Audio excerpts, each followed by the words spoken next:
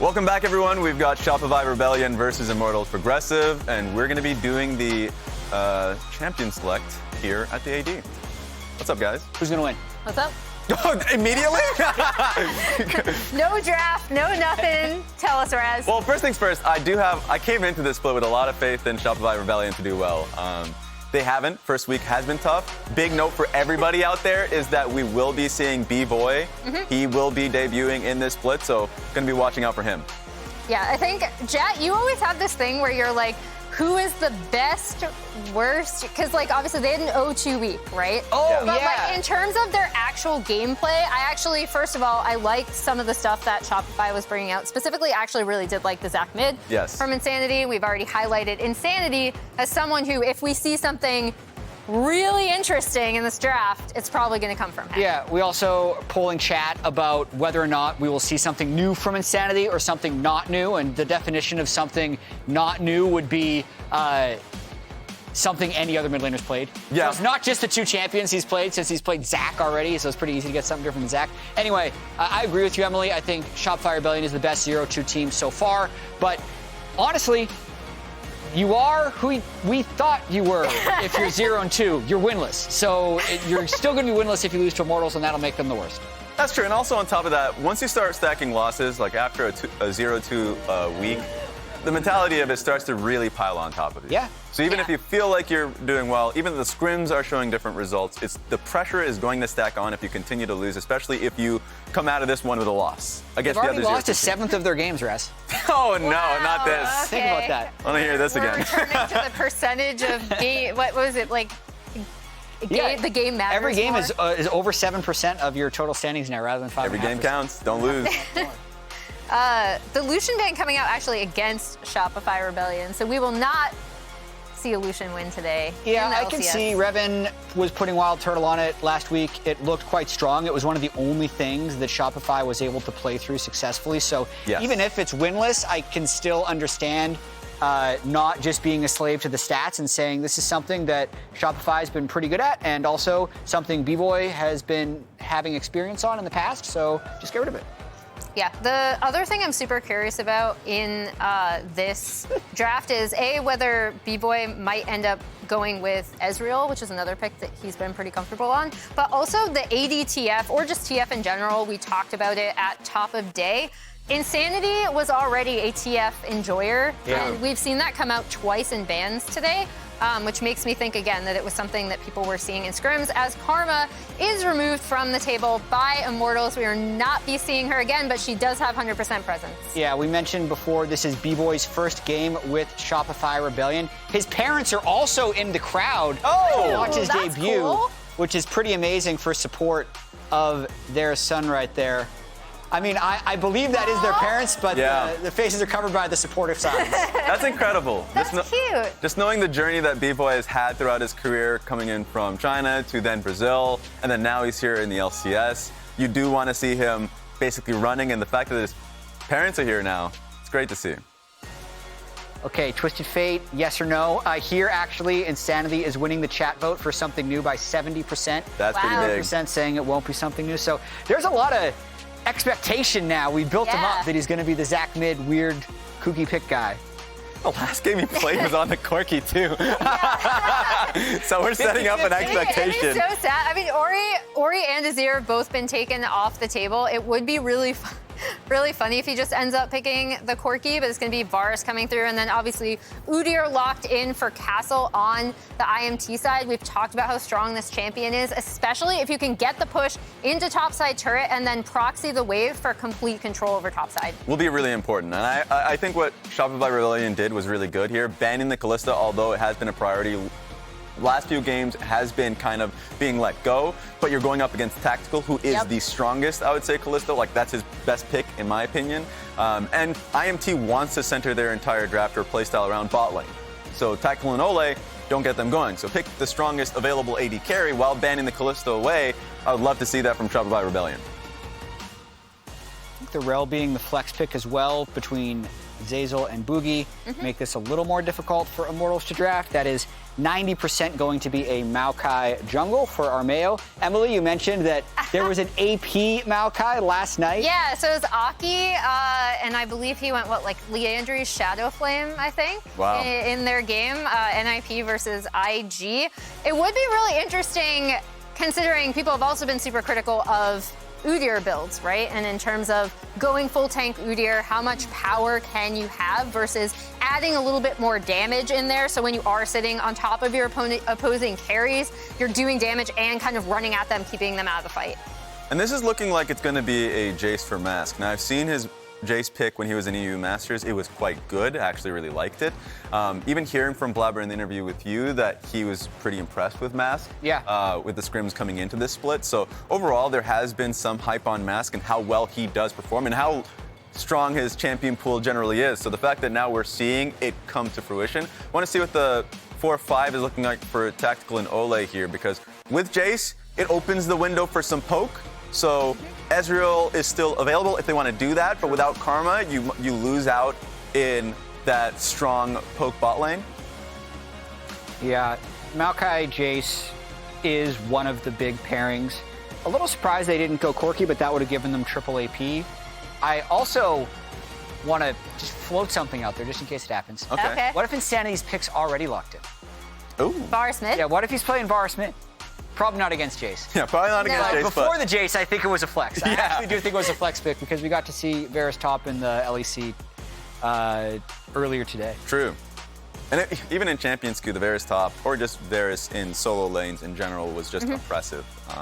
Still has some tankier itemization in 3-4 if you wanted to go for Terminus and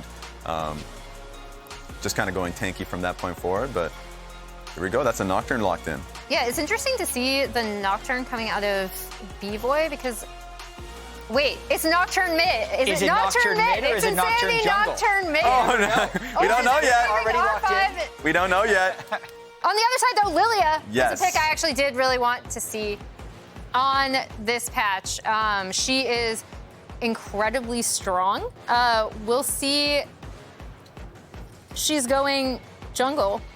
And it's a Maokai Okay, we have just had the switcheroos actually happen on Immortal's side. It looks like Insanity is going to be playing Akali, so nothing crazy happening there. It is something normal for Insanity, so chat, you're wrong. Sad. Also, we all led you down the hole to be wrong, Yeah. so it is our fault.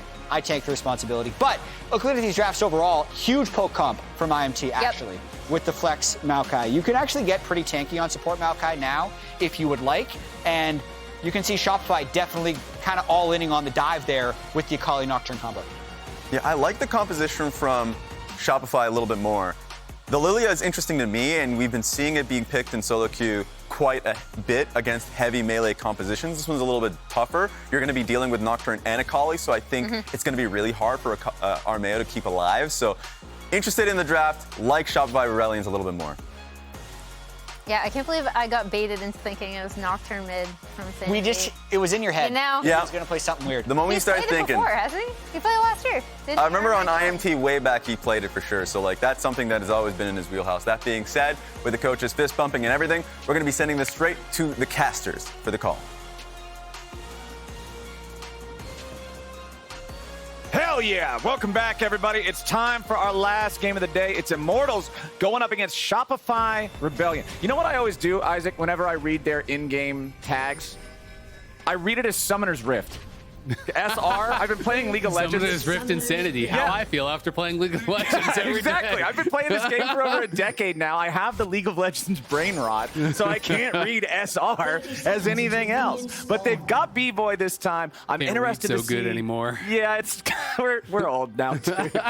I'm interested to see how this is going to play out here. We do have the cleanse for Tactical's Jhin. He wants to make sure that he's not just getting immediately exploded by so much of the CC that they have with the champion, like the Rell. Same thing being run for BVOY here. When you're up against Maokai, easy point and click CC. You just got to get out of it. Yep. It'll be an interesting game. Another game of Udyr. We haven't seen Udyr, I feel like, do that well, but Castle, I think, really is just trying to get comfortable kind of in the league, right? You know, I think I heard quite a few good things about how he's performing on scrims, in particular on the Jax, and he did get to bring it out last week, but I don't think, you know, really had that performance that he did want. Right. Armao on the invade here with Udyr. very likely going to be starting enemy Raptors. Olleh spots that Bugi and Zeyzal are just answering this. So instead of contesting, they're saying, okay, we already kind of know what you're going to do. So we're just going to be doing the exact same invade. We're going to trade from this spot. And Zeyzal just make sure that Olleh is not waiting around at that red to cheese him. And we'll have to see, you know, which jungler kind of bails out of that invade first. Are you going to continue on to each other's reds? Are you going to go back to your own side? Armao very clearly moving to start the own red. And Bugi is going to be starting up a red of his own on the other side. So it does just seem like it's going to be split map, trade sides, vertical jungling. It's like it's a game of jungler's chicken, right? You don't want to leave before the other guy leaves. You don't want to swerve first because then you just end up behind the pace for the econ as Castle immediately takes control over the top lane there, pushing FakeGod back. Yep, gets a nice little trade there on the FakeGod. That early Phoenix ulti does do so much damage. The slow from it, so strong. It's really, really powerful. You kind of just have to fully retreat from it. You can't really trade into it, and that's the situation that FakeGod was in, but he does have fleet, and every time you go mega, you keep that additional HP after you transform back, so it is not that hard to kind of just sustain back up. You can see Bugi, though, finishes 3-camp clear, going to be going back towards his own blue. Same thing happening here on the other side for Armao. Going to be excited to see how he performs on the Lillia, because one of the things that we were kind of talking about, you know, on the dive is that it does feel like with this team, you know, when Armao is playing on a team with really strong laners, he can kind of play that slow, steady style that I think people really associate with him. You know, playing for team fights, playing tanks, you know, playing that solid style of League of Legends. But on a team where your lanes aren't necessarily going to be winning, you kind of sometimes need that more active jungler, that person who's going to be able to take risks, who's going to be able to make things happen. And that's kind of what I'm looking at for Armao this week. Can he be that player to really make some things happen for him? Because, you know, Immortals struggled last week. You know, they didn't really have, I think, solid direction in their gameplay. It didn't feel like they had any particular player that you were really looking that was dominating lanes that you could always play through. So I think in those cases, a lot of pressure gets put on the jungler. You need to put one of those lanes in a commanding position through your gameplay. Well, right now, Mask does have control over the mid lane here on his Jayce. You could hear, remember, Raz was singing some praises for this pick, particularly from Mask back during the draft, so hopefully he can keep that pressure up, continue being a point of strength that Immortals might be able to play through to try to get their first win on the board here. Remember, these two teams are the ones currently battling, trying to claw their way up from the bottom. Exactly, and this is actually one of his most played champions all time. His most played is Udyr at 24. This is 22nd Jayce game, so almost up there. And he's an 81% win rate on it. So the highest of any champion he's played, besides the ones that are like, oh, I played it one time and got a win.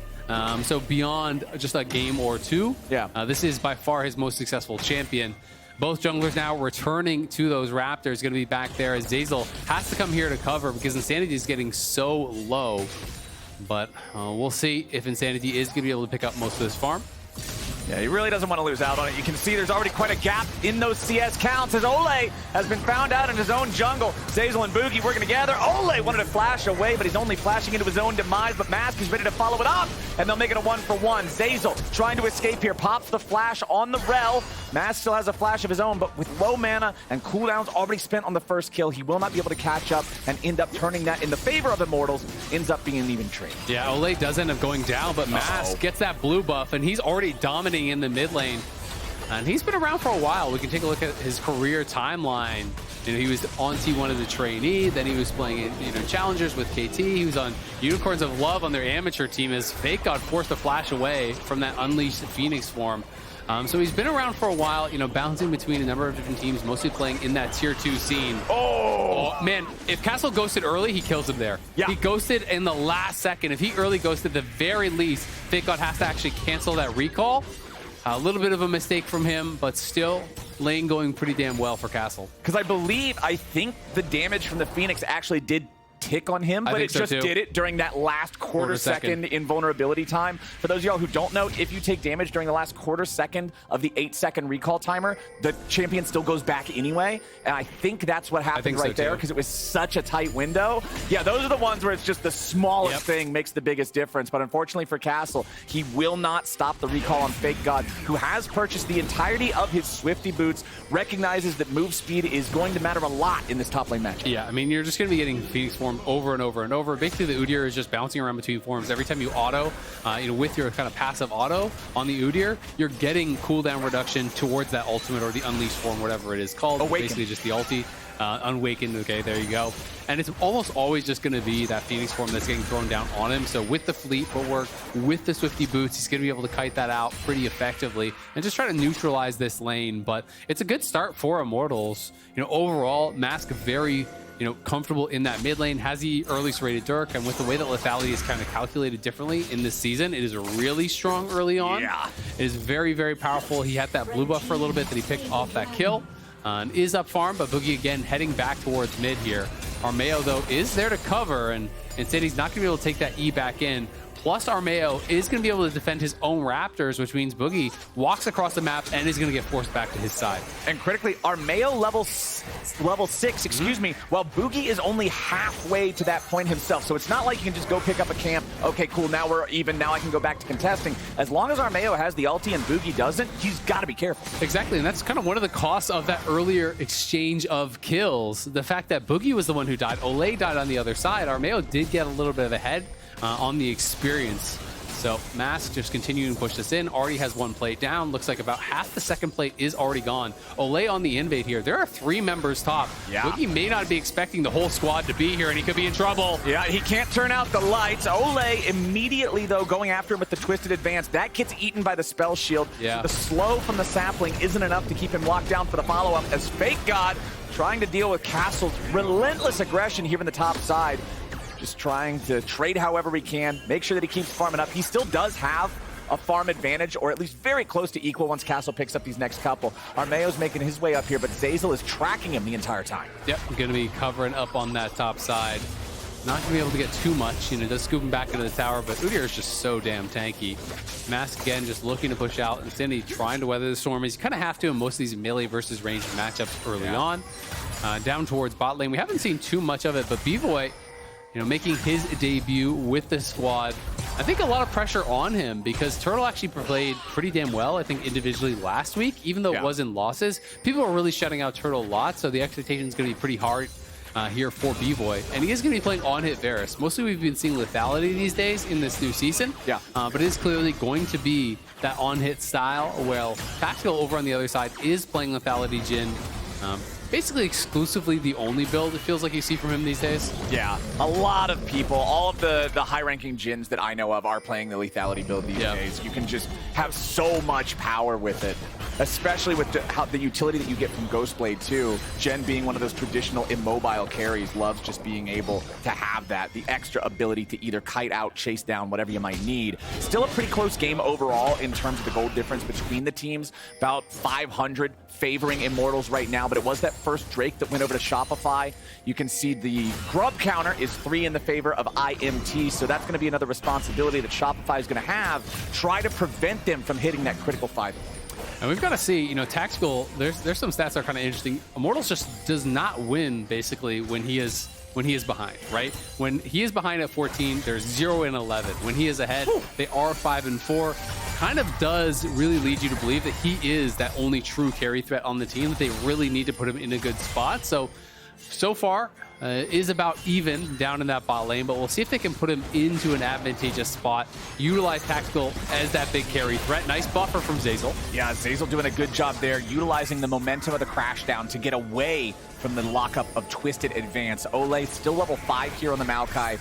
Zeyzal the same on the Rell. They're both about 2/3, 3/4 of the way to those ultimates, and both of them are so big, so impactful for a team fight.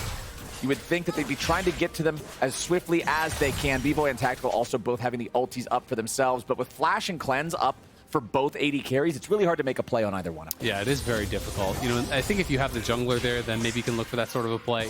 You know, Bugi is hovering down towards that bottom side, has the ulti available. Very likely going to be going towards that Hexblade. It's pretty much all that you do see. The experimental Hexblade so strong on particular champions, Nocturne being one of them. The move speed, the attack speed during the ulti is so powerful, allows you to get that tether. It's also really good. I've seen it on Zeri, on Vayne, on Trundle. Those are the main ones I seem to see it on. It's one of these niche items that's super strong, but like only for a couple different picks. So it is kind of interesting, but it's almost single-handedly, I feel like, keeping Nocturne in the high-level prominence that we're seeing from it. I mean, because when you think about it, the item that was that for Nocturne before was Stride Stridebreaker before the Mythic removal, and then Stridebreaker lost a lot of what made it feel good with the change to the items. But now, Shopify Rebellion on to the second set of grubs. They claim the first one. Remember, they want to get at least 2 to stop their opponents from spawning the grublings. As the engage comes out and Immortals are ready to lock them down. Insanity hiding in the smoke, looking to get himself away. Mass down to half HP as Shopify try to turn it back. But Insanity shot in the face as he tries to do a cartwheel into the middle. Castle beats down another one off to the side. BVOY's into the picture, and Bugi's the one who's about to have his epitaph drawn. Goodbye to Shopify, and Immortals are the ones to rack up 3. Massive fight there for Immortals, and they're going to be able to get at least one more play in the mid lane as well. It started out okay for Shopify as BVOY was able to nail an ultimate across on a mask, and they had the Nocturne ult to follow it up. Olleh, is kind of fishing here. Does look like he wants to go for that engage. Flashes forward. The counter engage from Zeyzal really did leave something to be desired here. Committing that ulti just in onto Olleh. If he had that for follow-up on a mask, maybe it's a bit of a different story. But you can see BVOY nailed the ulti on a mask. Bugi goes in, but he's able to flash out of there. And then as Insanity's piling in, Tactical takes him out, and a shock blast from mask helps Castle to finish off Insanity. Nicely played by Immortals. They're able to chase him down. Castle gets up there, knocks the blast cone, knocks another kill into their waiting arms, and now Insanity in trouble. Insanity stuck at 1/4 HP as the smoke fades away, but he will survive by dashing back over the wall, just barely able to get away from Mask there. And I honestly think shutting Insanity down to this degree, this guy was a huge X factor last year when the spot belonged to TSM when he was playing on that org. His performances on his mid lane picks were huge for so many of their wins, and it feels like this whole game, he's just been suffocated under his own turf. Absolutely. I think he's one of the biggest reasons that people power ranked Shopify above teams like Immortals and Dignitas. Yeah. Was largely that they're saying, you know what? Insanity's going to carry some games. He's going to make some stuff happen. This guy had been very reliable for TSM, had been a very creative player. So keeping him down in this game is really, really nice. You can see double lethality items already through for Mask and Tactical. They both have their Ghost Blade completed. So going to be feeling quite strong at this point in the game. And Armao just power farming away, takes a dragon here.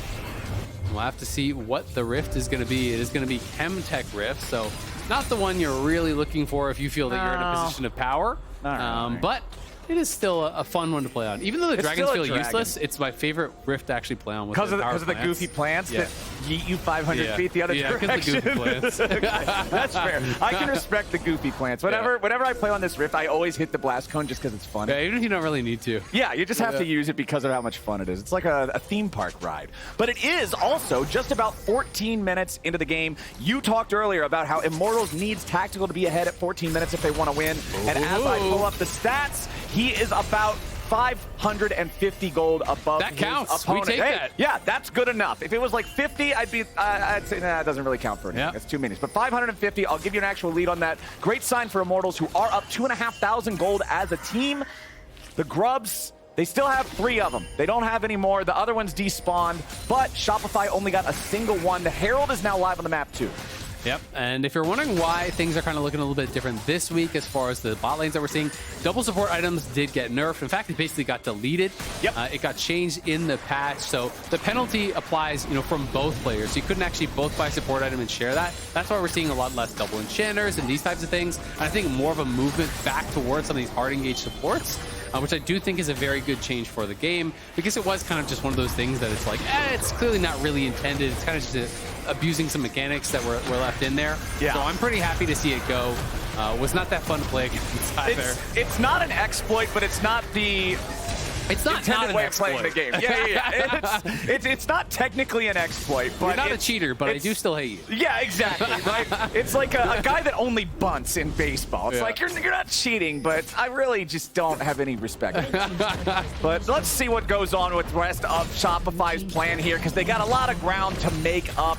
The gold lead's still about 2,500 in the favor of Immortals. They have the Rift Herald in their pocket now. That could be a lot of extra gold, depending on how good of drivers they are. We've seen a couple of mishaps with the Herald. Some drunk driving on the Rift. Yeah, y'all gotta be careful. Drive. Get an Uber. Yeah, don't take your Herald into the turret. Don't drive Shelly into a wall. It might end up right next to the Speaking of bad Shelly drivers, we played a game the other day. I saw you get into Shelly. Talk about Olleh's in trouble, Isaac. Olleh's in trouble. Zeyzal's gonna get locked down. He tries to re-engage with the Magnet Storm into the crash down, but the only thing crashing is him into the dirt.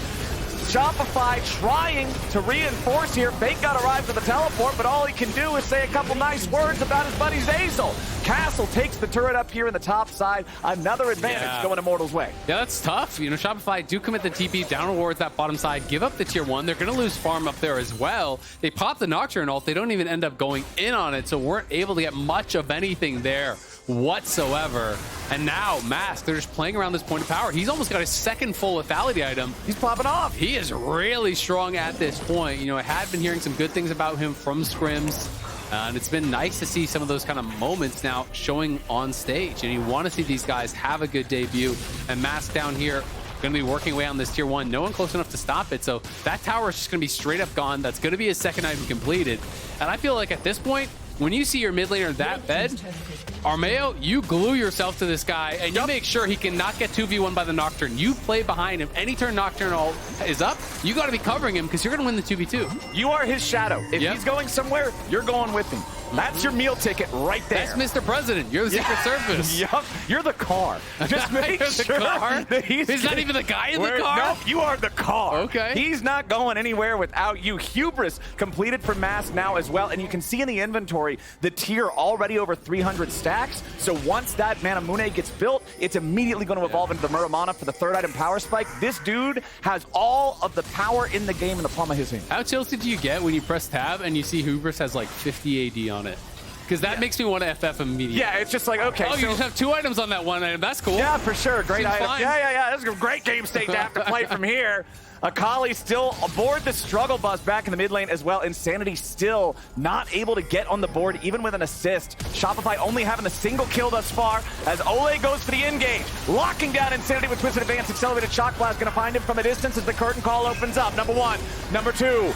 Number 3 only hits Bugi. Number 4 goes out and flies wide. Meanwhile, Zeyzal is your sacrificial lamb, and Immortals wants to feel for dinner. Gets away for a moment, but Castle's ready to eat him up. Armao hits him with another one of the blooming blows, and Castle picks it up. 6-1 game. 4,500 gold for Immortals. For a squad that looked real shaky in week 1, they're starting off week 2 with some style. Yeah, they're looking good. I mean, they are dominating Shopify right now. It is a 4.5k gold lead here. We are not even 20 minutes into the game. It's going to be another dragon to boot. They are cruising. They're just going to continue playing around their point of power here. Mass looking great. Castle did commit his TP there, but because they get the dragon off the back of it, I think that it is absolutely fine. Also do really like Trailblazer from Olleh here in this position because they are playing from that big advantage. You're getting the move speed. You're getting additional move speed for your teammates as well to be able to follow up on those engages. And Mask here looking to continue shoving in while, again, Armao playing behind him non-stop, always there to cover, making sure you don't give up that bounty. All right, FakeGod grabbing that top lane tier 1. That's something. It's not a lot, but you got to take whatever you can get in a game state like this. Still a 4,000 gold lead. Next, Drake not going to be spawning too terribly far from now, I wouldn't think. But Baron being up in 35 seconds puts a whole nother level of pressure on. Because if you are Shopify, you know you can't have any more of these team fights anywhere in the top half of the map where you just lose a couple guys for no reason. Because then the Baron gets taken. Then the snowball really starts to become an avalanche. Yeah, exactly. It becomes really tough to be able to actually answer in these side lanes when you're already kind of getting bullied around in the side lanes. Let's be honest. They're going to be looking for BVOY. The cleanse is there, but is it enough? Okay. Not quite going to have anything just yet.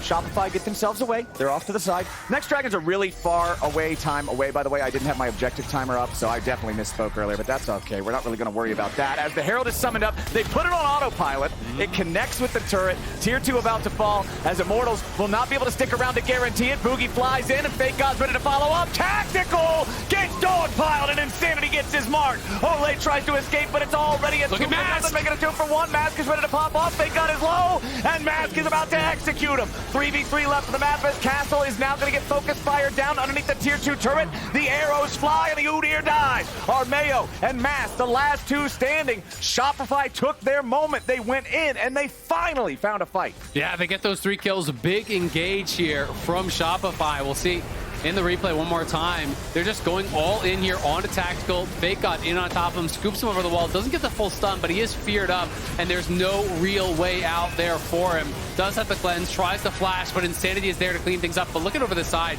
The double sleep from Armao. Mask insta flashes over the wall, gets the first kill, hammer form to the skies, and sends FakeGod back to the base.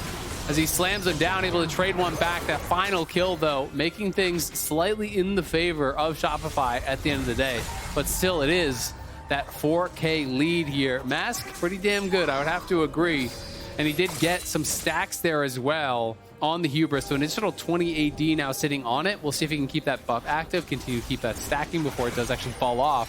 Yeah, but it's just all about playing around him. He's got 3 full items. He's an entire item ahead of any of the carries over on Shopify's side. Muramana getting completed. I already talked about it earlier, but the thing is such a huge power spike since it's locked behind the stacking mechanism. The stacking is already taken care of. Huge stuff here for Immortals. But what exactly do you want to see from them now? Because traditionally, this is what we can run into when we have teams that are usually sitting in the lower parts of the standings. Even when they get leads, sometimes they can't close it out as effectively as you would hope for. What's the next steps to guarantee that this really good early game from Immortals translates to a win?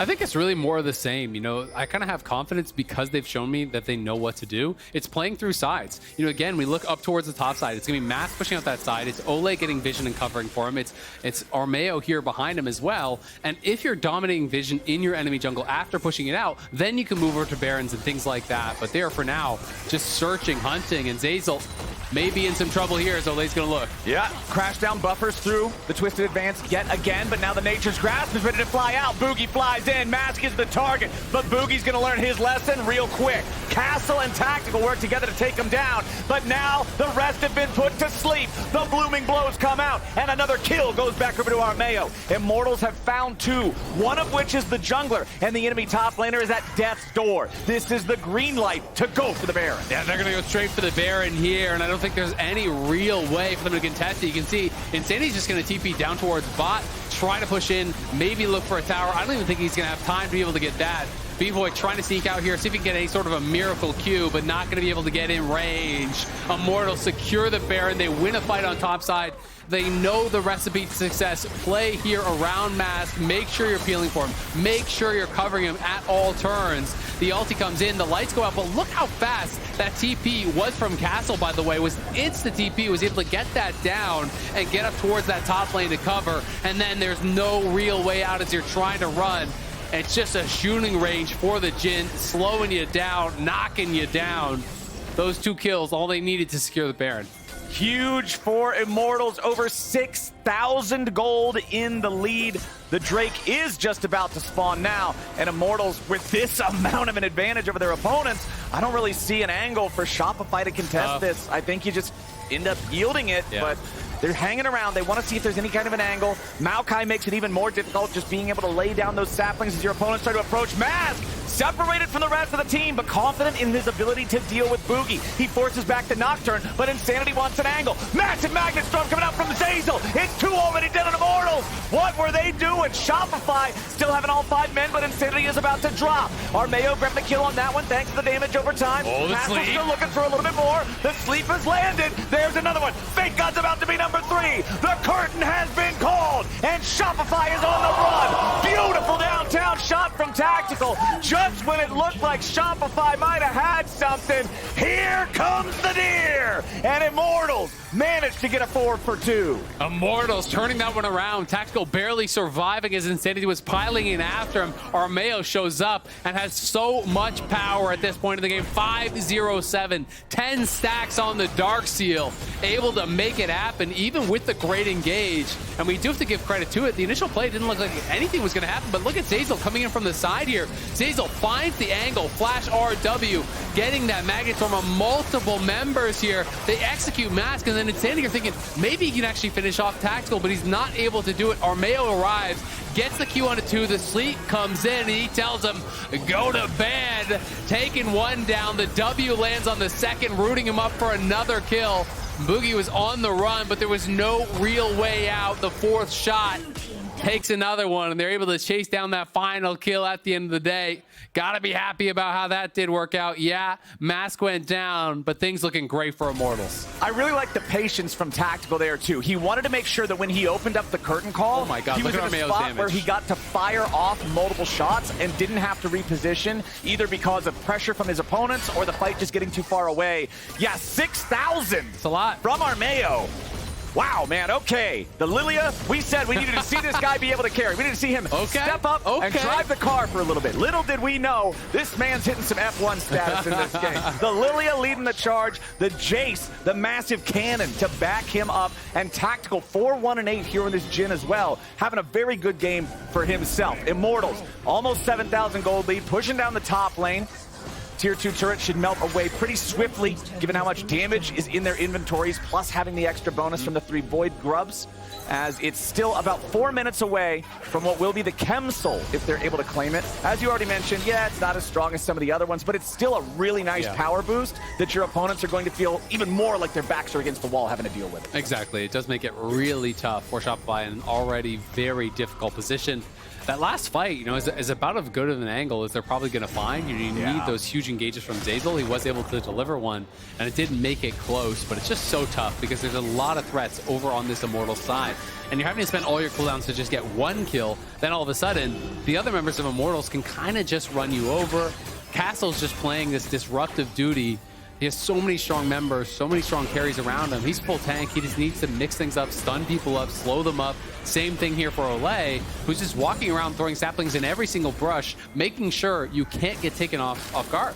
Yeah, and this is also one of the consequences of Insanity's Akali being stuck so far behind. Castle was just able to hard rush 2 armor items. Yes, he's got the Cowl Mao, so padding it with a little bit of MR, but he's got armor boots, 2 full armor items. Akali's not going to kill Udyr. That's not happening, and the rest of the targets are just troubled getting through these defensive stats. Immortals using the curtain call to try to keep Shopify back far enough to pressure onto this tier 3 turret, but it does not work. Shopify doing a good job making sure they can keep this baseline defended. Immortals might end up needing to grab another Baron in order to break through the base of Shopify, but unfortunately for Shopify, that's only about a minute away.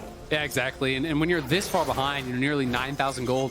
We all know that feeling when you fall behind a heavy farming jungler. It just never feels like you ever get a camp for the rest of the game, right? Nope. You can look over at Lillia, going on 70 CS ahead, you know, really looking to be power farming incredibly heavily, plus getting the kills and the assists in the team fight. So 3 items already completed here for Armao. The Zhonya is now done, so he can even look for those Q flashes into the back line, throw down the ulti, Zhonya's to buy the time, then follow up. Well, everyone is piling in. It really creates chaos.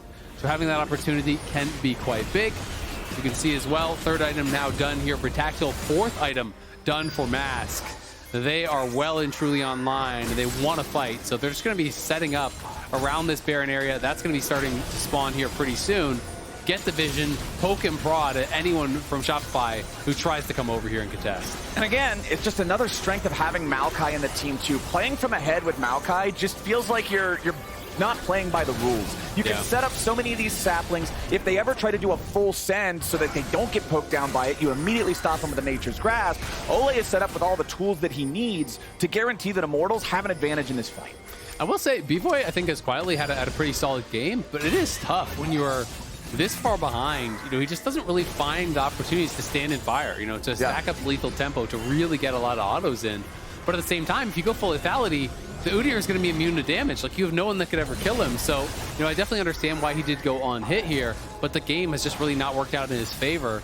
You know, he's constantly under threat and doesn't really find that time to get enough damage out, but it is going to be Immortals looking for the engage. Olleh with a flash into the twisted advance, followed up in a Nature's Grasp. Zeyzal's already almost dead, but not quite yet. Insanity into the back looking for Tactical, but he's going to be controlled. Olleh drops at least. Insanity getting away for now. Armao is low. Castle also just trying to protect these guys as the curtain call fires off. BVOY trying to get away. The haste from the Blade of the Ruined King will not outrun a bullet, and Mask is ready to finish him off. It's Olleh traded away for BVOY and Insanity. Yeah, beautiful team fighting there from Immortals again. Castle's just harassing BVOY, keeping him out of the fight, and then as he flashes over the wall, the W lands from Tactical, and Mask is there with the Shock Blast to finish it off, and now they're going to be able to grab their soul here. Immortals really looking good to start week number 2. People are going to be having to start reevaluating some things about those preconceived notions about some of these players, about the preconceived notions even of Shopify, who has really not been equal to the task thus far against Immortals. Yeah, Shopify struggling heavily, honestly, throughout this entire game, I think, just from the laning phase of Immortals having control of things. Now with that soul in their inventory, they're going to be feeling even better. 10,000 gold ahead. They can go right back to what they were doing before. Control the enemy jungle, choke out the vision, force the Baron in the game. Yeah, Castle's got his Mage Eyes now. He upgraded to that as well. You can see a Locket now through for Olleh. So just kind of trying to check all the boxes. How could you possibly lose from this point? It is going to be really, really hard. Whenever you build Medjai's Soul Stealer as a melee champion with no dash, no stealth, no I turn invulnerable for some BS reason ability, I just feel like it's even if it's good, it's more BM. You're just engaging in mental warfare. As Zeyzal is going to be your target here at the start of the fight. Accelerated shot blast into the back, ain't gonna find a whole lot as Castle is locked down. There go the stacks, there goes his homework, there goes Zeyzal as Bugi's gonna be your next target. Into the back goes Armao. The Zonias you were talking about, Insanity cannot escape the triple kill back up in a tactical. Make it a quadra, 1, 2, 3, 4. Everybody give Jhin more. Immortals are not going to need Baron. They're not going to need any more time. They're going to march it straight on in. 21-9. An ace for 2 to end the game. It's all about just taking out the Nexus turrets. They're taking their victory lap. Tactical just flashing around because it's fun. No reason not to. Immortals will start off week 2 with a win and send Shopify to a 0-3 start.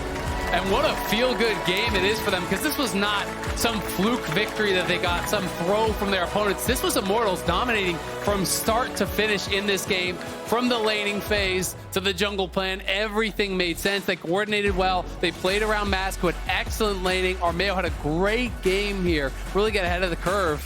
I think the whole team should really be proud about this one. Yeah, everybody had some really impressive performances. You talked about Castle running interference the entire time. He's never letting him breathe. Olleh controlling the zones in the way that he needed to. Armao never died. The Lillia never dropped. Not once. He should have got the Mage Eyes. This is not, what is he doing? This is not a canon event for Bambi. The man just walked through it. He's doing so well. Tactical. I love the fact that you brought up how he needs to have a good start for these games to work well for Immortals. They got 21 kills as a team. He was a part of 19 of them. So was Olleh, by the way. The bottom lane just absolutely contributing the most out of everybody. 8-1-11. Final scoreline for the Lethality Jhin. Incredibly well done from everybody on Immortals. Remember, this was the team that we all had ranked last in power rankings to kick off the year. I think a lot of people have Immortals ranked lower, but they just showed, even against some of the other teams that might be struggling, hey, we're going to start to try to separate ourselves. We're going to show you how it's done. Yep, exactly. They're able to do just that. Really bouncing back here in week number 2. Can feel good about this one. And we'll see. We'll see what they're going to be able to cook up coming into next week. It's going to be a good time. Immortals, honestly, just being able to take Shopify out in the style that they did, it's one of those things, like I already talked about a little, sometimes you get kind of worried, even if a team that's lower rated gets a win, they get a lead, it's like, okay, well, let's hope they know what to do with it from here. And they did. They played it well, they secured the areas that they needed to secure, and they won the fights they needed to win. Yeah, absolutely. And I mean, Shopify on the other side, not the debut that they were hoping for BVOY. And Shopify also have Cloud9 tomorrow, I do believe. So it is a really rough start for them. They're already 0-3. They have to go up against Cloud9 tomorrow, which is going to be a tough task for anyone. But you got to start getting some wins, or it can really affect the mentality. It can really affect, how you're feeling and how your preparation is kind of feeling going on. All right, and now with everything wrapped up for game number 1, and Immortals having an absolute dunk on Shopify. I'm sorry, Azale, I'll pay your medical bill. We're joining Emily and Tactical on stage for an interview. Thank you, Flowers. I am here with Tactical after IMT's first win. I don't know what was going on up there with them. But congratulations. It's been a while since I've had a chance to talk to you. So just generally, what was it like for your off season? Because now you're surrounded by almost a completely new team. Yeah, so this team is really different. I'm the only member that stayed from last year's roster. So personalities, it's just completely wild. Like, we have like pretty funny personalities and we're pretty goofy. So that's going on for us. And I think our team chemistry has been pretty good so far. So nice. Pretty happy.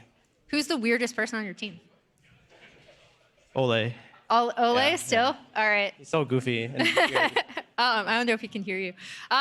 In terms of what this team is going to look like, obviously, you guys put out a really interesting composition today with the Maokai support to kind of set up for this Jhin poke, Udyr being able to dive into the backline. What were the thoughts behind this, and is this how we're going to see Immortals as a team kind of play? Yeah, so our plan was to pick Mass Jayce because we think he's pretty good at it. Mm-hmm. And Maokai is also a strong pick paired with Jayce often because you can guarantee your damage and pump out a lot of damage. So I mean, that was basically the big idea, and we have Jhin to follow up as well. Okay. How would you rate your execution on it? I think our execution was decent. We're pretty quick to pull the trigger. I feel like we're really confident, so that felt really good. So it was pretty decent, I'd say. Nice. And then going forward for you, obviously, you're an experienced veteran on this roster. What are your goals as a player going into this split? One of the goals I have would be just to try to help my team win as much as possible. My goal, sorry, one of my goals would be, have my teammates say in the future, oh yeah, I would love to play with Tactical again or something like that. That'd be great to achieve. Nice.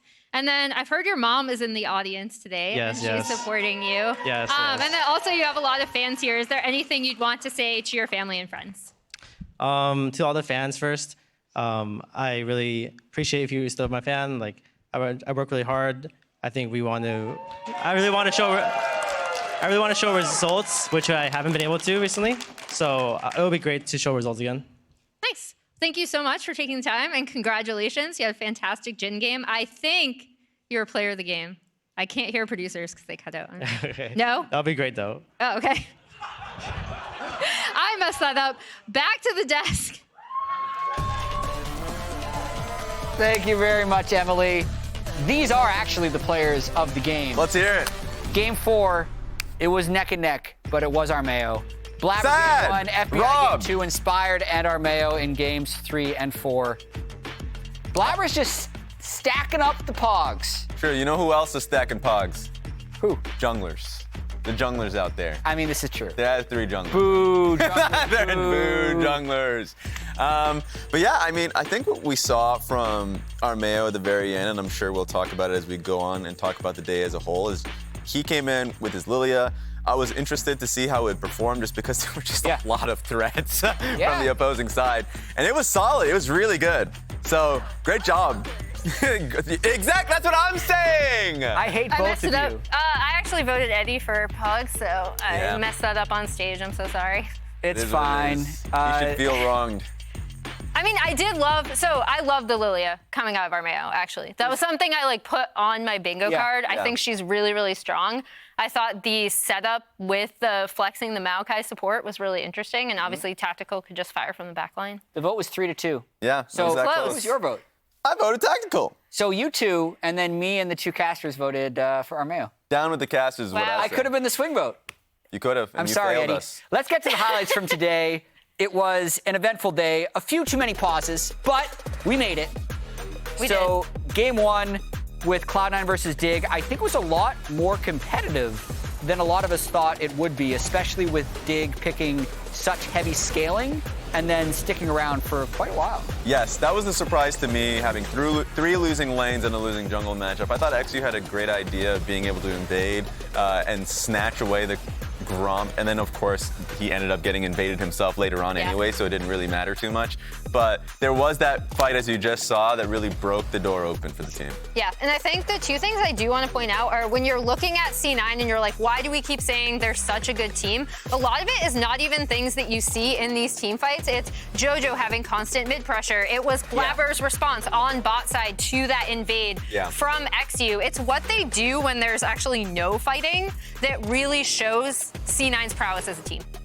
This was a massive play in this one that we thought maybe could turn it for 100 Thieves because the red buff ticked to get the turret back on a contract before River flew over the wall to pick up first blood. Oh man, it looked for a while like 100 Thieves was going to clutch this one, but they didn't. It was so close. I was really happy with the progress that 100 Thieves had had in such short time. That being said, for both of these games, clutch one from FBI. For both of these games, it was nice to see the jungle pathing there. Also, this was a great reminder. Sniper had a really good game. Yeah. Did. Yes. Yeah, and I think, again, shout out to River for having control of that. Here's Bwipo, who's going to take a really long time. Of for all the them highlights, take we're going him to show down. this one where he misses every skill. No! And then APA even let it made it easier. Yeah, he's like, "Ah, give me 2 more man. tries because I know you can't hit that shot." There was one point where when Bwipo actually does get Impact, where Impact is just cackling because I know he's also a Mordekaiser player that was really funny to watch. I think this, for me, was actually my favorite game from FlyQuest in terms of them entering with a draft and their execution of that draft throughout the entire game. There was a lot of chaos around their Baron take and the Elder, but that was not on them. That was on Team Liquid trying to make it as complicated as possible. And I felt like they were really calm in those moments. So great on them as we go into the next one. I also remember that Armao did 6,000 damage to champions in this fight alone. Oh, wow. Oh, okay. Yeah. No wonder Part he of got why player he of the won game. player of the game. Tactical, despite getting a few kills, was like 1,700. So, I mean, yeah. if you Lillia look at just versus one Jhin. cherry pick stat, then you could make a pretty compelling case for Armao. Lillia versus Jhin moment. I think Don't go in there! We've talked about how if you have tools to jump on these immobile carries, it can end up being really bad. The Udyr, Lillia, and then Maokai support combo good. to set up for this Jhin was great. Yeah, a lot of Jhin success today, Yeah. actually. For That a is pick true. that people call Mr. Useless. That's also true. Atlas is just shaking his head if he is watching this. Something I wanted to make a point about this game in particular, though yes, the team fights were really good from the squad. I really enjoyed the Jayce pick from Yes. Mask. Yeah. Mask, it was one of his best picks, period. And on top of that, he went hubris the moment he recognized the game was turning into a bit of a stomp. So if, like, A, they gave him his best pick, B, they picked around it really well, and also they, as a squad, specifically Armao, I think, really recognized that they needed to play through him. So there was one pick that happened around Olleh because Olleh was trying to roam to mid lane, and they were able to at least get a kill back for it. Yeah, and I mean, Tactical even said in the interview just now, right, that they wanted Mask on the Jayce because Yeah. they already know it is one of his strongest picks, and we saw the double lethality coming out. You know, it looked pretty gross. Does anyone know what 3 divided by 14 is? 21% of the games have currently been played for each team in the LCS Wow. Spring Split. Let's pull up the standings after Amazing, 21% of the split has been done. Every game counts. We still got those two teams tied for first, Cloud9 and FlyQuest. Shopify, surprisingly, shockingly, bafflingly, in 8th place. And Team Liquid tied for 4th, even though it looks like they're in 7th, but they're not. They're tied for 4th. Yeah, I mean, we have 4 teams at 1 and 2, and I think this is kind of the pack of teams that we're looking at, because going into tomorrow, we are going to see FlyQuest face off against NRG. Yep. And if you talk about, Agreed. okay, what's the difference between these two teams? Why are NRG 2-1 and FlyQuest 3-0? One of the reasons, if you don't look at the gameplay at all, is that they face C9, right? True. And C9 is by far and away, I think, the strongest team we have in the LCS right now. So that is a super interesting match to me, as is Dignitas 100 Thieves. Like, we're kicking it off with a matchup with 2 teams that I think have had really interesting moments from both their players and as teams, but haven't necessarily been able to put together a string of it for success. Just think about it. IMT takedown Team Liquid Honda. They're suddenly 2-2, and that completely changes the entire conversation from the beginning of the split, where everyone thought they were just doomed 9. True. Including myself. They can prove us wrong. We all had them. Right from the bat. So that one's interesting. Of course, the matchup that you had talked about between NRG and FlyQuest is interesting, especially after the interview where, I mean, he said that NRG's championship win was a fluke. I feel like we're hearing that a lot. We hear, and that's just like the negative connotation of a Cinderella run. That's just, at the end of the day, that's just another way to spin it. So really want to see that. You talked about the murkier gameplay from NRG, so hopefully I know they're the ones going to be beating themselves up. They come in a little bit stronger. Yeah, Jensen Inspired going to have to put their money where their mouths are. Yeah? That's a better way of saying Damage that. where That's their it for mouth us. is? We're I going to don't be know. back tomorrow at 3 p.m. Eastern or noon Pacific time. So now we're going to send it over to week 2 of the NACL. Goodbye.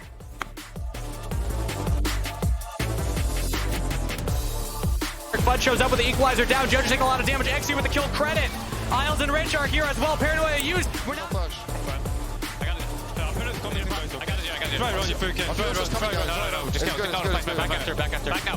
Cloud9 continue the win streak against this team. 19 in a row. The defending champions taking on the upstarts. The Doppel, he doesn't have flash anymore. This is a huge pick for 100 Thieves. Look at the back line. Contracts is getting in. Doppel's still alive. And 100 Thieves have been routed. Work for it. But NRG are walking away with the win. Right, the exciting one, and they want some more kills. 2, 3. Kill it, bro. Kill it. You guys are noobs. You guys are noobs. Dude, where's my Jhin inting with us? 1 HP on that guy. Take the Oh, thank you. We are coming to you, Butong. Can we walk up mid or not? Yeah. They have I'm trolling, sorry. They have no flash. Inspire gets the kill on Udyr and back to the mouth of the ball. The health bars were dicey, but it's FlyQuest coming out on top. It's a 7-3 game, and Baron is in their sights. Baron down to 2,000 HP and claimed by FlyQuest. Your lungs are amazing. Chance is countered. Oh, I got bubbled. Guys, we're panicking a bit too much. Yeah, I mean, we're so... We can win that, right? Yeah, come. I don't have vision. Apple team one, John. Apple team one. We go. Watch Varus damage, Slowly, castle. Okay. Fair. Nocturne. Oh, There goes his homework. There goes Zeyzal, as Bugi's going to be your next target. Into the back goes Armao. The Zonias you were talking about. Insanity cannot escape the triple kill back up in a tactical. Make it a quadra. 1, 2, 3, 4. Everybody give Jhin more. And Immortals having an absolute dunk on Shopify. Absolute dunk on Shopify. I'm sorry, Zeyzal. I'll pay your medical bill. We're trying to get all your tactical on stage for an interview.